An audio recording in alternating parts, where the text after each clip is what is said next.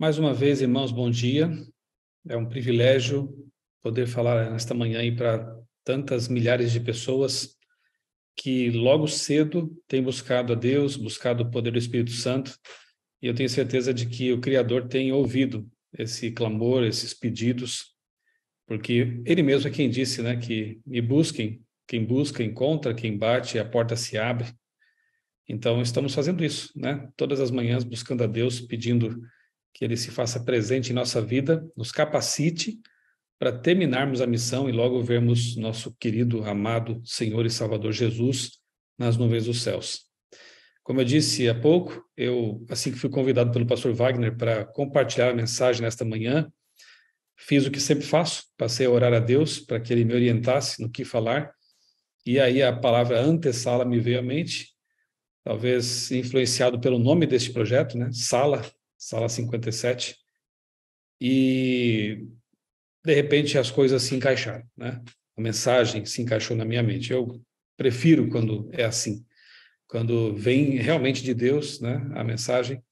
E eu entendo que por algum motivo isso foi dessa forma e entendo também que alguém ou alguéms, né, aqui nesta sala e também no YouTube, e depois que vão assistir a gravação também, de alguma forma, será ou serão alcançadas essas pessoas pela mensagem desta manhã.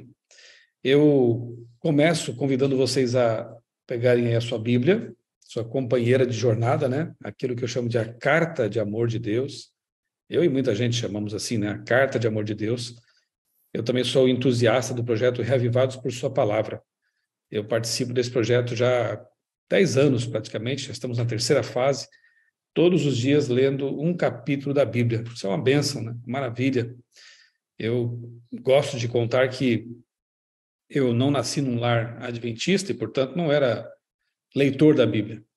E quando eu entendi que a Bíblia é a carta de Deus e tentei lê-la a princípio, eu era bem jovem, tinha lá meus 18 anos, a leitura não era tão prazerosa quanto os livros de ficção científica, as histórias em quadrinhos que eu lia no passado, né? Mas eu entendi que a Bíblia é importante, ela é vital, ela é essencial. E eu comecei a orar a Deus pedindo que Ele mudasse o meu paladar de leitura, e o milagre aconteceu, irmãos. Hoje eu não consigo passar um dia sem ler a Bíblia, me faz falta. É como se fosse realmente o meu maná, né? O pão de cada dia. Eu sinto fome se eu não começo meu dia, se eu não termino meus dias lendo um capítulo da Bíblia. E aí nas minhas redes sociais eu compartilho todos os dias pequenos textos, eu faço umas pequenas artes também ali no Photoshop, eu gosto de mexer com isso, né? Então eu pego ali uma frase tirada do capítulo do dia, compartilho lá, um pequeno áudio também explicando o capítulo, e tem sido uma bênção para mim, e louvado seja Deus para muitas pessoas. Eu tenho no Telegram um canal, chama Michelson Devocionais. Se você quiser fazer parte ali do canal, no Telegram, fique à vontade. Também tem alguns grupos de WhatsApp nos quais eu compartilho, né, esses conteúdos. No meu Instagram também, @MichelsonBorges, todos os dias eu coloco ali esse material do Reavivados. Convido vocês também que estão acompanhando aqui, se não conhecem ainda, a conhecer, se inscrever no meu canal no YouTube. É só colocar lá Michelson Borges, você encontra o meu canal. Toda semana também eu posto vídeos com estudos, comentando assuntos atuais, à luz das profecias da Bíblia. Fica aí o convite para vocês, tá bem? No Twitter, eu tenho lá a minha conta, @criacionismo. Se você tem Twitter também, convido você a acompanhar ali no @criacionismo, né? As coisas que eu compartilho também praticamente diariamente. Vamos à Bíblia, então? Eu escolhi dois textos para começar nossa reflexão. Um está em Lucas, o outro em 2 Timóteo. O de Lucas é capítulo 21. Abra lá a sua Bíblia, vamos ler juntos. Antes de entrar na antessala, especificamente, eu quero relembrar com vocês um fato. E o fato é, Jesus breve voltará. Nós temos sinais que apontam, né, para a proximidade desse evento, que é a realização do nosso sonho, né, nosso sonho maior, a volta de Jesus. E eu quero agora mencionar para vocês dois sinais, somente dois, de tantos outros que nós conhecemos, foram mencionados por Jesus, por Paulo, por outros profetas também, mas um sinal desses é um sinal externo. acontecendo no mundo neste momento. E o outro é um sinal interno, acontecendo dentro das igrejas, inclusive na nossa igreja. E quando eu olho para fora e para dentro e vejo isso acontecer, eu não posso ter dúvidas de que Jesus breve voltará, realmente. Lucas 21, versos 25 a 28, diz assim o texto. Palavras de Jesus, né? É o sermão profético. Haverá sinais no sol, na lua e nas estrelas. Isso já aconteceu faz um bom tempo, nós sabemos. Sobre a terra, angústia entre as nações, em perplexidade, por causa do bramido do mar e das ondas agitadas, né? Se nós entendermos que esse mar e essas ondas podem, como acontece no Apocalipse, em Daniel, representar os povos, as multidões, nós vemos um mundo agitado e pessoas angustiadas com essa agitação toda. Haverá pessoas que desmaiarão de terror pela expectativa das coisas que sobrevirão ao mundo, pois os poderes do céu serão abalados. Então, depois desses eventos, então verão o Filho do Homem vindo numa nuvem, com poder e grande glória. Ora, quando essas coisas começarem a acontecer, levantem-se, fiquem de cabeça erguida, porque a redenção de vocês se aproxima. Eu nem precisaria perguntar para vocês se vocês percebem que isso aqui está acontecendo, porque qualquer pessoa que está neste planeta, vivendo aqui nos últimos meses, anos, sabe que isso é uma realidade, né? As nações agitadas, o mundo em convulsão, guerras acontecendo neste momento, não é porque a mídia deixou de acompanhar diariamente aquela guerra lá na Ucrânia, que ela não esteja acontecendo, que vidas não estejam sendo ceifadas neste exato momento. Não é porque vivemos num país que ainda desfruta de relativa liberdade que não haja países neste momento em que cristãos são mortos, perseguidos.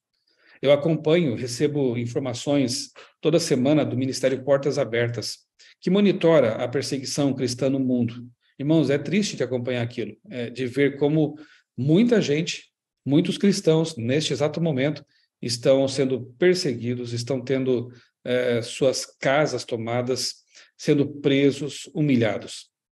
Estamos em Copa do Mundo, né? Tudo muito bonito, né? Diante das câmeras, o Catar, aqueles prédios maravilhosos.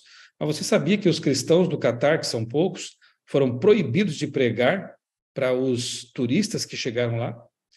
Um prédio foi construído para que todas as igrejas que existem ali, cristãs, se reunissem ali. Não tem espaço para todo mundo. Eles não têm liberdade. É bonito nas câmeras, mas nos bastidores a coisa não é assim. Então, oremos pela igreja perseguida. Nós falamos muito em perseguição e ela vai se intensificar, claro, né? Dias piores virão antes de melhorar definitivamente com a volta de Jesus, mas não nos esqueçamos de que agora já há muitos sendo perseguidos, né? Pelo Evangelho. Em nosso país as coisas tendem a piorar também, né? Redes sociais sendo monitoradas, aquilo que falamos já não pode ser dito com tanta liberdade quanto no passado, e evidentemente que as coisas tendem a piorar. Nós vamos começar uma campanha, né? Estou aqui com meu livro já, ó. Esse aqui é o livro missionário do ano que vem, 2023, e também será de 2024, O Grande Conflito. O subtítulo que foi dado é Uma Saga Milenar e Seu Final Surpreendente. Eu estou gravando em meu canal toda semana um resumo de cada capítulo. Eu já gravei aí uns 12, eu acho, mais ou menos. Todos os capítulos do livro original estão aqui neste livro missionário e quero até maio, por lá, quem sabe concluir essa releitura. Irmãos, eu não sei quantos aqui já leram ou estão relendo o livro. Ele é forte, né? Ele é muito forte. A mensagem dele é muito direta. E eu não sei como serão as coisas, né? À medida que milhões de pessoas começarem a ler esse livro, alguns não terão boas intenções, né? E hoje em dia, quando se fala tanto em politicamente correto, né? Intolerância, quantas pessoas vão torcer as palavras e interpretar isso como mensagem intolerante, politicamente incorreta, né? Então, não sei o que pode acontecer depois que os adventistas no mundo todo, porque é um projeto mundial, se levantarem para distribuir nas ruas, no comércio, nas casas, um livro com uma mensagem tão poderosa, tão forte e direta. Oremos por esse projeto. Oremos pela igreja, para que ela esteja preparada para fazer o trabalho e depois colher os frutos. Sejam bons, muitos serão bons, ou sejam complicados, como poderão ser alguns também, né? Estejamos prontos, preparados para isso. É inegável que o mundo está angustiado, que o mundo está preocupado, que notícias de crise financeira estão aí ocupando a mídia internacional o tempo todo. Economistas norte-americanos falando em recessão, em crise. A questão ecológica, o tempo todo ocupando espaço na mídia, né? O chefe lá da ONU dizendo que ou nós tomamos uma atitude séria ou nós vamos entrar em extinção. Então, muitas preocupações, né? E pessoas, literalmente, né, perdendo o sono, desmaiando, talvez até, com essa expectativa do que virá, né? Então, os sinais externos estão aí para nos lembrar de que este não é o nosso lar, de que este mundo não tem solução, por mais que alguns aí iludidos apresentem, né, usem essa ideia de que vamos salvar o planeta, não, o ser humano já teve tempo demais. Cerca de 6 milênios já se passaram e o ser humano não conseguiu resolver seus problemas. Não vem de nós a solução. Tem um texto que diz, né, eleva os meus olhos para os montes, é de lá que vem meu socorro. Não, não vem de lá. Meu socorro não vem das coisas deste mundo. O meu socorro vem do Senhor que fez os céus e a terra, do Criador do universo que vem a solução. Ela vem do alto, uma intervenção divina. E o outro texto, que eu digo assim, é um sinal interno, está lá em 2 Timóteo, avance aí um pouquinho na Bíblia, 2 Timóteo, no capítulo 4. É um texto muito forte. Ontem até compartilhei a foto da página aqui, né, nas minhas redes sociais. Timóteo capítulo 4, versos 2 a 4. Paulo escrevendo ao seu jovem amigo pregador, né, Timóteo, ele diz assim para ele: pregue a palavra, insista, quer seja oportuno, quer não. Corrija, repreenda, exorte com toda a paciência e doutrina. Curioso, porque essa semana eu postei alguns textos relacionados aí com essa onda progressista, liberal, teológica, né, que tem invadido as igrejas, e eu vi algumas pessoas lá no meu Instagram comentando assim, para que ficar pegando no pé? Para que falar desse jeito? Fala de amor. É óbvio que a gente fala de amor, né? O amor de Deus, o amor de Cristo nos constrange, nos motiva, mas imagine essas pessoas lendo isso aqui, entendendo isso aqui, né? O que diriam para Paulo, então, né? Porque ele fala aqui, ó, pregue, insista, quer seja oportuno, quer não. Pregue o tempo todo, né? E olha só, corrija, repreenda, exorte com toda a paciência e doutrina. Então, a doutrina é importante. Tem gente hoje em dia falando contra a doutrina. Não importa as doutrinas, o que está escrito, né? A doutrina é importante. Corrigir, exortar, repreender é importante. No espírito certo, mas é importante. Então, acho que Paulo hoje seria cancelado também se ele tivesse Instagram. Bem, verso 3. Pois virá o tempo em que não suportarão a sã doutrina. Pelo contrário, se rodearão de mestres segundo as suas próprias cobiças, como que sentindo coceira nos ouvidos. Eles se recusarão a dar ouvidos à verdade, entregando-se a fábulas. Mas você, Timóteo, Wagner, Abdoral, fulano e fulana, irmãos e irmãs, vocês sejam sóbrios em todas as coisas, suporte aflições, faça o trabalho de um evangelista, cumpra plenamente o seu ministério. Paulo diz que chegará o tempo em que não suportarão a sã doutrina da palavra, as verdades bíblicas. Vocês acham que já chegou esse tempo? Ou não? Um tempo em que eles não queriam mais ouvir, não quererão mais ouvir a sã doutrina, a palavra pura de Deus, mas procurarão mestres, doutores, para trazer mensagens agradáveis aos ouvidos, né? Terão coceira nos ouvidos, querem ouvir coisas diferentes, novidades, que caiam bem, que sejam politicamente corretas, não o evangelho puro, nosso Senhor Jesus Cristo. Vocês acham que já chegou esse tempo em que eles recusarão dar ouvidos à verdade? Até dirão que não existe verdade. Cada um tem a sua, como dizem bem aí os pós-modernos, né? Dizem bem não, dizem mal, né? não darão ouvidos à verdade, se entregarão às fábulas. Eu colocaria até em lugar de fábulas, ou acrescentando a fábulas, a ideologias, a filosofias humanas, a ideias da moda. Irmãos, eu vejo, tanto no que diz respeito aos sinais externos, quanto nos sinais internos, porque isso que Paulo diz ali a Timóteo é a nossa realidade. Se você tem acompanhado aí o mundo gospel, o mundo evangélico e também, infelizmente, em alguns casos, o mundo adventista, né? Você tem percebido que o que Paulo escreveu ali para Timóteo há mais ou menos 2000 anos é a realidade do nosso tempo. E mais do que nunca, precisamos estar firmados na palavra de Deus, firmados na verdade absoluta da palavra de Deus. Ou então nós também correremos o risco de ser levados por ventos de doutrina. Há, de um lado, os grupos assim legalistas, né, que assolam a igreja há um bom tempo já, desviando muitas pessoas, levando-as para movimentos paralelos, críticos. Por outro, temos movimentos liberais, os cristãos progressistas, minimizando a importância da palavra e levando pessoas também para fora, para movimentos críticos. Na verdade, para o inimigo de Deus, tanto faz. Se você vai para a esquerda ou para a direita, extremas, o importante é que você esteja fora do caminho de Deus. É importante que você perca o seu equilíbrio mental, emocional, que você se torne um crítico, uma pessoa azeda. É isso que o diabo quer. Mas o que Deus quer para nós é que tenhamos paz, que permaneçamos firmes no caminho dele. Aqui está a paciência dos santos, os que guardam os mandamentos de Deus e têm a fé de Jesus, e também a fé em Jesus. Então é isso que Deus quer para nós, que nós não nos desviemos nem para lá nem para cá, permaneçamos no caminho, porque em breve nós seremos recompensados por Deus, nós ganharemos dele a coroa da vida eterna, né? 2 textos importantes que eu li e que sempre leio, né, no livro Grande Conflito, são os seguintes. Eu vou compartilhar com vocês só 2 citações aqui. Na versão padrão estão nas páginas 530 e 593. Ninguém sem oração se encontra livre de perigo durante um dia ou uma hora que seja. Vamos lá. Então, o que precisamos fazer todo o tempo para que estejamos livres de perigo, estejamos firmes no caminho de Deus? Oração.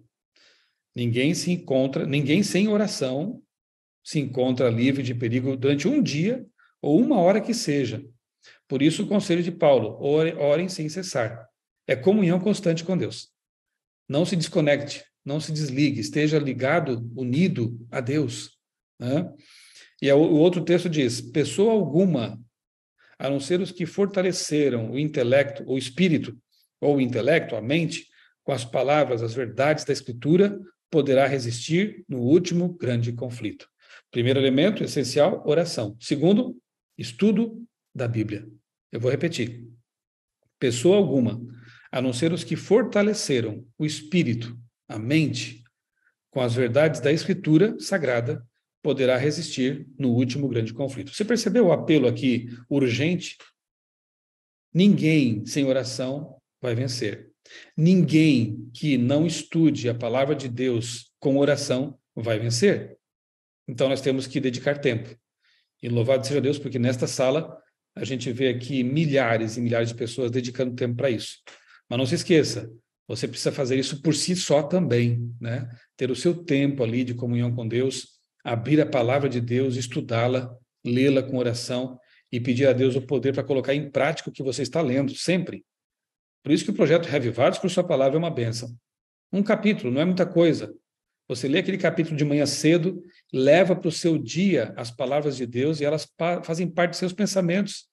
Elas permeiam a sua vida. É tão gostoso. Eu faço ali a minha leitura, faço ali produzo ali meus conteúdos e vou para o meu trabalho pensando no texto, refletindo, analisando, tirando as lições. O Espírito Santo vai lembrando em alguns momentos do dia daquilo que eu li. Isso é muito importante e transformador. Bem, por que antessala? Repito, quando eu pensei nessa mensagem para a Sala 57, né? Essa palavra, quando eu orava a Deus, me veio à mente, antessala. Antessala, como eu disse, é um hall, é um pequeno cômodo, digamos assim, que dá acesso a uma sala maior. Então, a sala maior para nós, obviamente, que é a Jerusalém Celestial. Em breve nós seremos levados por Jesus no arrebatamento que não é secreto, que não acontece antes da volta dele, é um arrebatamento visível durante a volta de Cristo. Nós seremos levados para o mar de vidro, que é aquele grande espaço que dá acesso aos portais da Cidade Santa. E depois ouviremos aquelas palavras maravilhosas: venham benditos de meu Pai, possuam por herança o reino que lhes está preparado desde a fundação do mundo. Em breve sairemos da antessala para a sala da festa, do banquete, dentro da santa cidade de Deus. Mas, por enquanto, ainda estamos na antessala, na sala que antecede e que dá acesso à sala. A sala 57 é uma antessala do céu. O seu quarto, aí onde você está nesse momento, a sua sala de estar, o cômodo em que você está nesse momento, eu vi que alguns estão até na natureza ali, né? No meio de um jardim, num pomar. O local em que você está agora é a antessala do céu. Toda vez que você se ajoelha perante Deus, em oração, em comunhão, no momento devocional, você está na antessala do céu, se preparando para entrar na sala celestial. Então, entenda esse momento aqui, os seus momentos devocionais particulares, quando você fecha a porta do seu quarto e ali no secreto você abre o coração para Deus, você está na antessala do céu.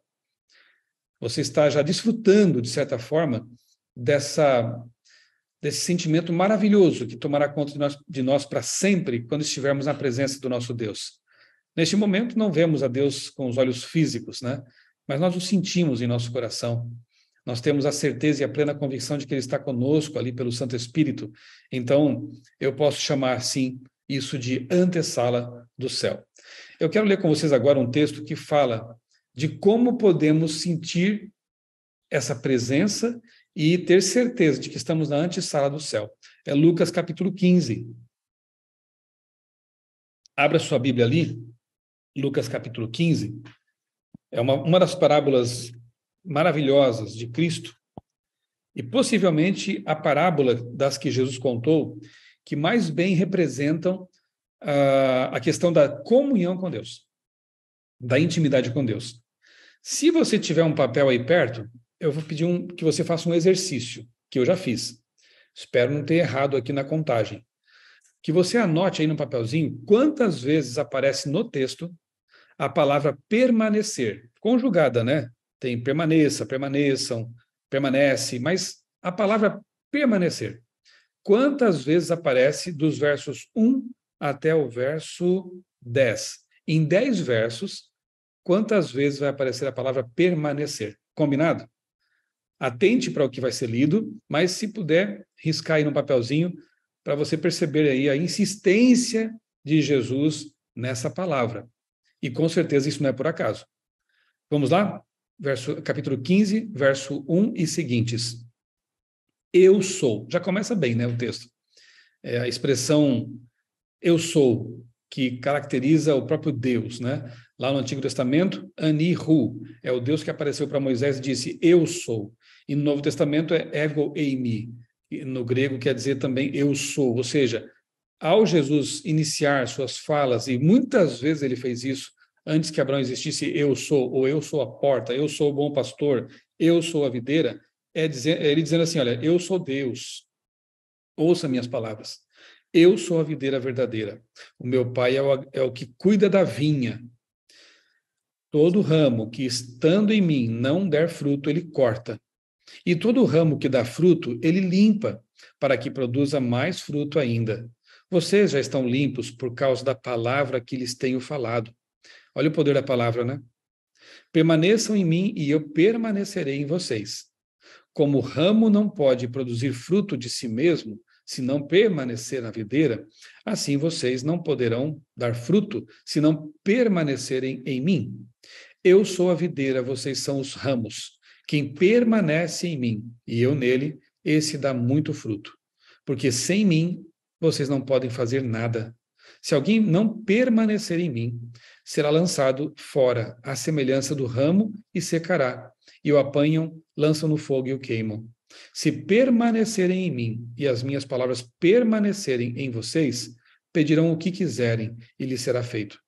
Nisto é glorificado o meu Pai, que vocês deem muito fruto, e assim se tornarão meus discípulos. Como o Pai me amou, também eu amei vocês. Permaneçam no meu amor. Se vocês guardarem os meus mandamentos, permanecerão no meu amor. Assim como também eu tenho guardado os mandamentos de meu Pai, e no seu amor permaneço. Eu não sei se deu certo aí, mas para mim foram 11 vezes a palavra permanecer, né? Em 10 versos, é como se pelo menos cada verso contivesse a palavra, e mais um ainda, né, sobrando ali, mais uma ocorrência, mais uma vez. Então, Jesus está insistindo nesse ponto, na questão da permanência. Note que os ramos que permanecem na videira são podados. Aqueles que ficam, ele poda e dão mais frutos. Então, queridos, não fiquem angustiados e tristes quando passarem por tribulações, por provações. Ellen White diz que elas são obreiras de Deus para aperfeiçoar nosso caráter. É a tesoura podadeira de Deus. Ele só poda galhos que têm potencial. Ele só poda aqueles galhos que ele sabe que produzirão frutos.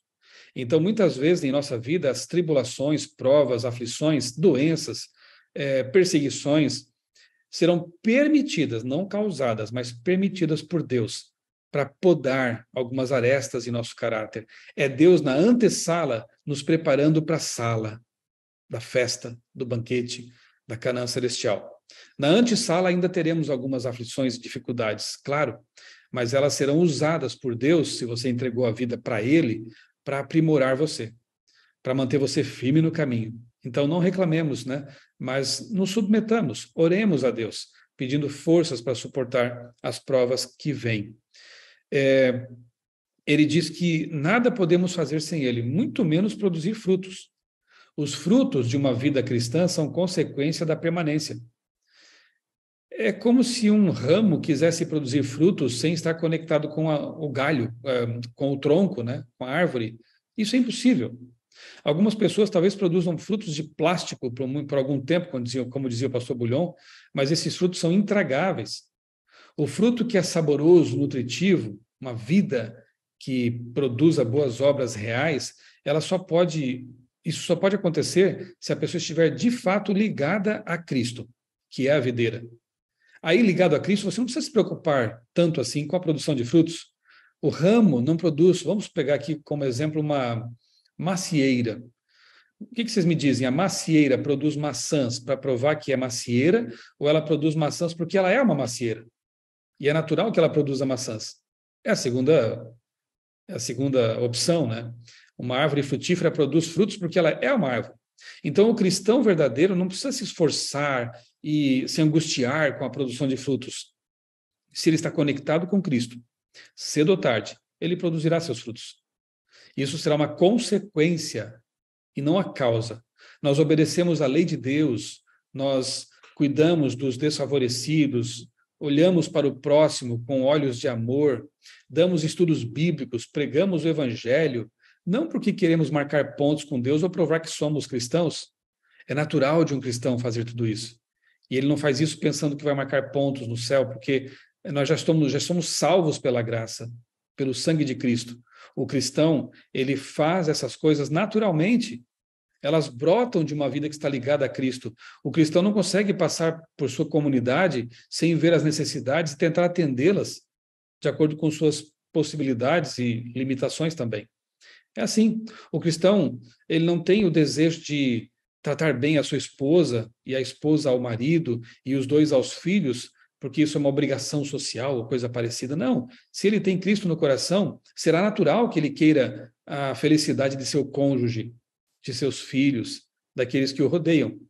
Se ele permanecer em Cristo, isso vai acontecer, né? Aqui também diz que o Pai é glorificado por esses frutos. Os frutos de uma vida cristã não são para nos glorificar, trazer atenção para nós, né? Nos tornar visíveis. Não, pelo contrário. Os bons frutos de uma vida cristã apontam para Deus. E é maravilhoso quando alguém nos encontra e pergunta, né? Você já passou por isso com certeza. Você é cristão? Tem algo diferente em você, nas suas palavras, no seu olhar, na sua conduta. E aí, isso quando atrai as pessoas, porque elas querem ter essa paz que nós transmitimos, elas querem ter esse amor também que nos inunda a vida. Isso é maravilhoso, porque é o nosso fruto, que nem é nosso, é o fruto do Espírito, né?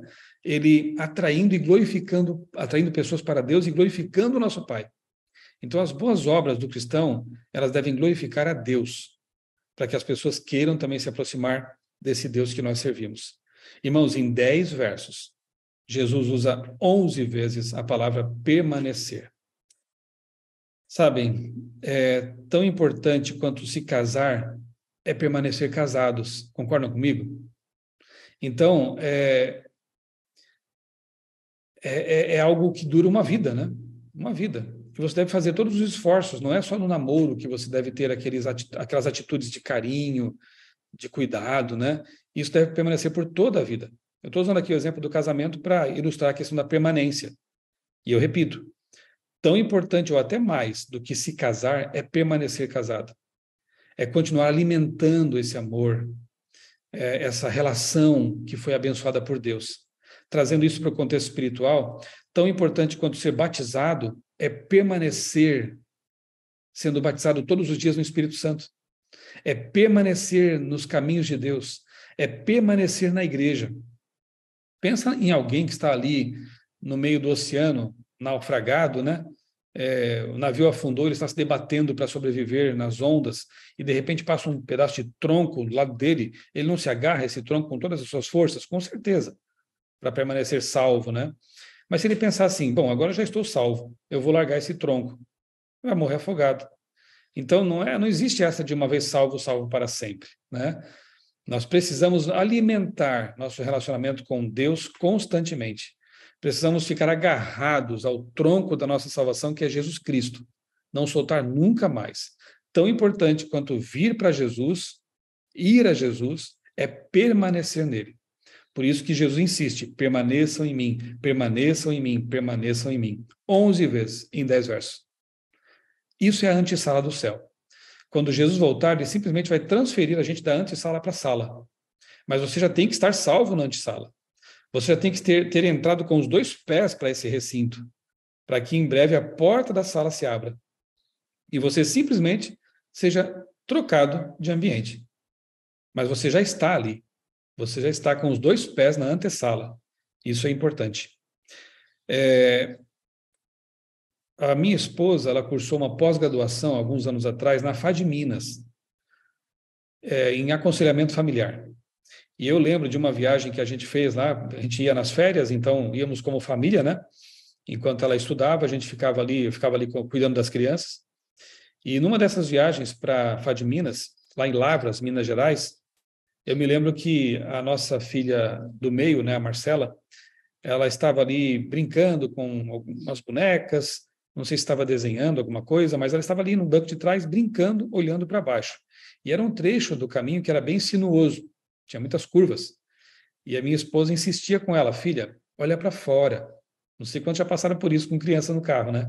Olha para fora, olha para o alto, porque senão você vai ficar enjoada, vai passar mal.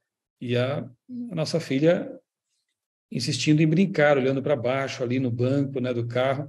Não deu outro, irmãos. Depois de alguns quilômetros, tive que parar o carro para ela aliviar o estômago, né? Aquilo que a minha esposa tinha avisado aconteceu. Ela passou mal, ficou enjoada.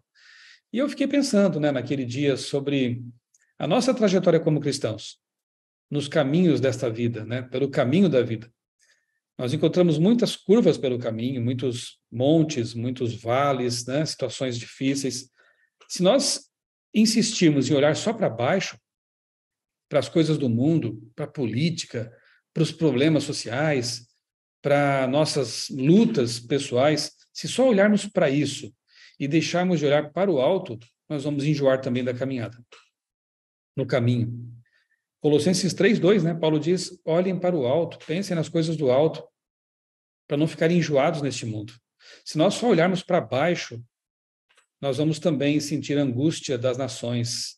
Nós também estaremos preocupados demais com coisas que Deus vai resolver. Estaremos olhando com, assim, como se diz, né, apenas um palmo na frente do nariz e não com um olhar distante para o horizonte de Deus e não o nosso horizonte humano. Nós precisamos olhar para o alto, irmãos, mais Nós precisamos realmente estar na antessala, pertinho da sala que logo será ocupada pelos remidos. Lembrar que não somos deste mundo. Algumas semanas atrás, o pastor da nossa igreja aqui em Tatuí pregou um sermão maravilhoso. Ele fez uma reflexão sobre Abacuque, profeta Abacuque. Não sei se você se lembra desse livro. O profeta começa a reclamar com Deus. Ele estava angustiado. Senhor, até quando tu vais tolerar a injustiça? Até quando tu vais, aparentemente, fechar os olhos para o fato de que nós seremos invadidos pelos babilônicos? Até quando, Senhor, aqueles que roubam, aqueles que são corruptos, digamos assim, eles vão prosperar e vão assolar nosso país? E aí Deus fala assim, Abacuque, suba aqui para a torre de vigia, um local mais alto. Deus queria que Abacuque tivesse uma visão mais ampla das coisas. Deus queria que Abacuque enxergasse com as lentes eternas de Deus e não visse apenas a realidade momentânea.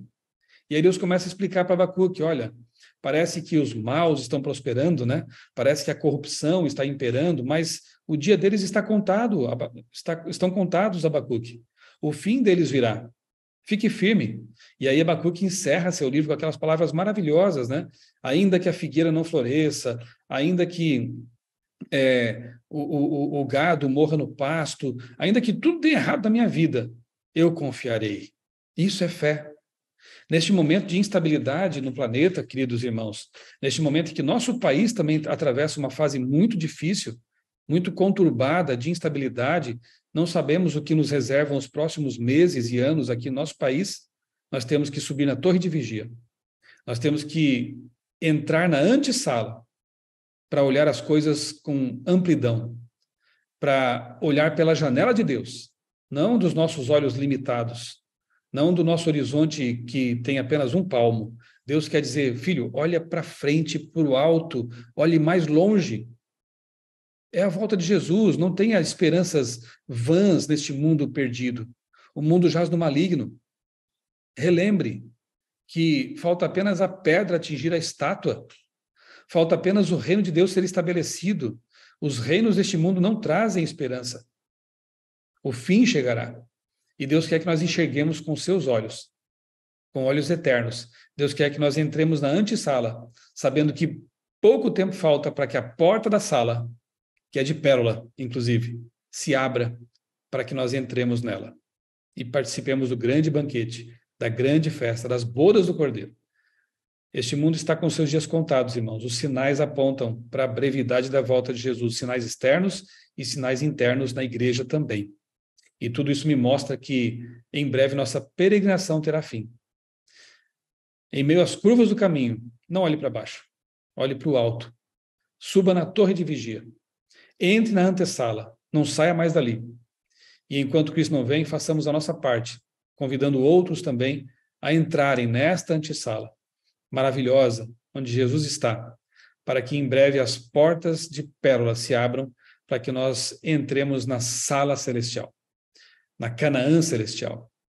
Até lá, que a sala 57 cumpra a sua missão também, de convidar pessoas para estar em comunhão com Jesus, permanecer em Cristo, e assim, em meio a nossas lutas, dificuldades, nós possamos segurar firmemente a mão de Deus, não soltar mais, e nos preparar para o grande dia, preparar uma geração também para estar conosco lá. Que Deus abençoe vocês, irmãos, neste fim de ano. Eu desejo a vocês, porque não nos veremos mais, eu creio, aqui na sala pelo menos, eu os convido a nos vermos ali nas minhas redes sociais, mas aqui na sala só nos veremos ano que vem. Eu estou combinando aí com o pastor Wagner uma série aí de domingos sobre profecias, vamos escolher um tema, eu estarei orando também nessas férias, para que Deus ele me ajude a preparar 4 temas especiais para vocês. Eu acho que será em janeiro, pastor Wagner? Então, nós estamos orando por isso, preparando isso, e será uma alegria voltar aqui, estar com vocês de novo. Mas, por hora, eu desejo a todos aqui um Natal abençoado. Sabemos que o dia não é o 25, obviamente, mas é um momento bom para parar e pensar no que Jesus está fazendo por nós e fez por nós. Eu até preparei 2 sermões que eu vou apresentar lá em Santa Catarina. Nós somos catarinenses, minha esposa e eu sempre vamos para lá no verão, no Natal e Ano Novo, para ficar com a família. E eu sempre sou convidado a pregar nas igrejas da região. Então, pregar não tem férias, é um prazer, na verdade. Então, eu pregarei na igreja de Palhoça. Se alguém é de lá, por perto, está convidado. Igreja Central de Palhoça, no dia 24, sábado de manhã. E no dia 25, à noite, eu estarei em Criciúma. Eu vou pregar na Igreja Central de Criciúma. O tema será Quem Nasceu em Belém? Eu sou encantado pelo assunto da cristologia, de quem é Jesus, do que ele faz por nós, e esse será o meu tema. Então, eu desejo a vocês, desde já, um Natal muito abençoado, um momento bom para parar e pensar no que Jesus fez por nós, e um ano novo de comunhão com Jesus. Se as coisas não estiverem muito bem por baixo, vá para a torre de vigia e pense em Deus, no que ele tem feito por você e no que ele fará por nós até o fim, tá bem? Confiemos em nosso Deus, que ele nos abençoe e permaneçamos firmes na videira, Jesus Cristo.